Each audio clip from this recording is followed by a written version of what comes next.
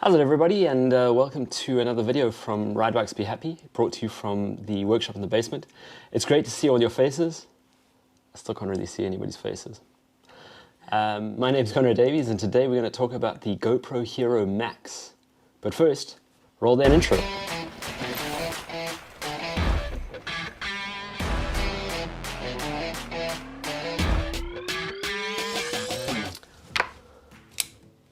I'm just trying to do Peter McKinnon kind of stuff. To be honest with you, this video is actually more of an attempt at making a cool intro. I really like Peter McKinnon's intro. I really like his tutorials are amazing. Everything, his whole channel is pretty amazing, let's be honest. But I really like his intro, so I thought I'd put together something Peter McKinnon.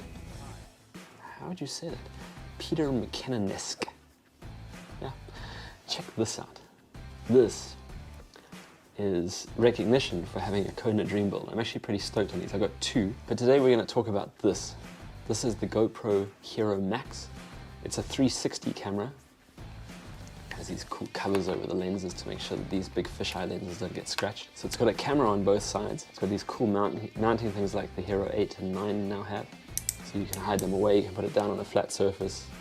Works really great. So I was lucky I was able to borrow this from work. That's Rathaus am Markt in Holzminden. I'm working in the workshop and trying my best to kind of figure my way back into the modern bicycle. Basically it shoots an entire ball of image around the camera. What that allows you to do is in the app later, you can then pick what part of the image you want to be actually showing in your video. And then you can even change it as you go. So you can actually put keyframes in and you can change where the camera is essentially looking for the final product. So that's pretty cool. So I'm really lucky. I've got a cool riding partner. Her name's Eliana. You've met her in previous videos. She's my daughter. She's almost 9 years old. And she went out and filmed with me a little bit during the week that I've had the Hero MAX to play with. And we tried a couple of things. I wanted to see whether this camera could actually replace a normal GoPro as a kind of vlogging camera. So we went out and I rode with the camera on the bike. I mounted it on the handlebar of the bike. I mounted it on my helmet. And then I also just put it down on the ground and rode past it to see whether I could get those kind of shots that I've been doing in a lot of the other videos I've been doing. I wanted to see if you could kind of get a little bit more out of it. A friend of mine made a really good point though. He said that the problem with a 360 camera is it makes an image that doesn't really look like the real world. Obviously because you have the fisheye effect, you don't have a real world image, you have a fisheye image. And yeah, that's actually a really good point. I mean, at the end of the day, if you're making movies, you would never shoot a whole movie with a fisheye effect. Well, maybe you would, but who knows? That's not really what I wanted. So to be honest with you, it isn't the replacement for a vlogging camera. It's got a really cool screen on the front so you can set up your shots and you could vlog with this camera. But yeah, it's not really what you want. It's a specific kind of shot that you get out of this camera. Which means that the 400 plus euro for the camera is maybe a bit much. Just noticed that what lens was dirty. It's dirty on the other side too. It's okay now. So the 400 plus euro that you're going to spend for this camera, it's got some limited shots. It's kind of like a drone. Like a drone is maybe more useful than this camera is. There's only certain shots you can do with a drone. Like a drone is really just for like big shots overhead, over the forest that you're riding through or something like that. But it's pretty hard to get a drone to follow you through the forest and stuff like that. So realistically speaking, you don't get the best drone shots trying to follow cam through a forest. You need to do a lot more work to get really good follow cam footage. So we went out in the forest and did a couple of really cool shots. I went out on my own at first, set up the camera on a mount on my handlebar with an extender on it. And that gave me the ability to get some really, really cool shots. I must admit, I really do like the look. Like I said, it's not normal POV stuff. It's not normal linear images. It's quite a different thing because of the fisheye lens. The fisheye effect is very apparent. And even with a little bit of tweaking in post-production, it's pretty much impossible to get rid of that fisheye effect.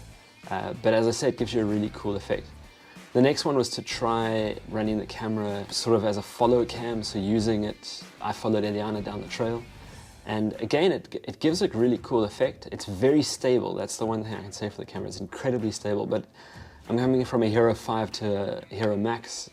It's like 4-year technology change. The technology has just come so much further. The stability is awesome, picture quality is awesome, different angles that you can use are really awesome. It's really cool to be able to show all the different, or have all these different angles that you can use, whether you're riding next to somebody or whether you're riding behind them or whether they're riding behind you. There's a lot you can do. And then I also went out on a trail that you've probably seen in one of my other videos and just rode with the camera mounted on my helmet. So I had it on a helmet mounted behind me basically, so the camera's following me down the trail. Tried a couple of different lengths away from my head, and it gave quite a few different effects and some pretty cool shots as well. So again, really cool stuff, but not really what a normal camera would do. Again, hoping that Hero 9 comes out with its lens mod, because that will allow you to do a lot of these effects with a normal camera.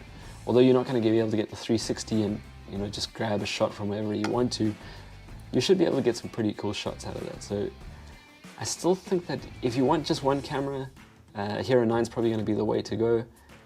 If you've got enough money to buy 2 cameras, then the Max is pretty sick for just some really cool shots. So we're here in the middle of Borden, Nevada. I'm testing the GoPro Hero MAX.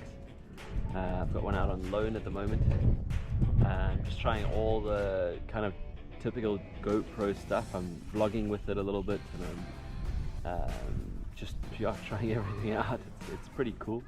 Eliana's riding around a little bit, and we've been riding in the hills behind these buildings back here, and I want to have a look at how all these features kind of work together. So I'm quite keen to see how this would work as a vlogging camera, and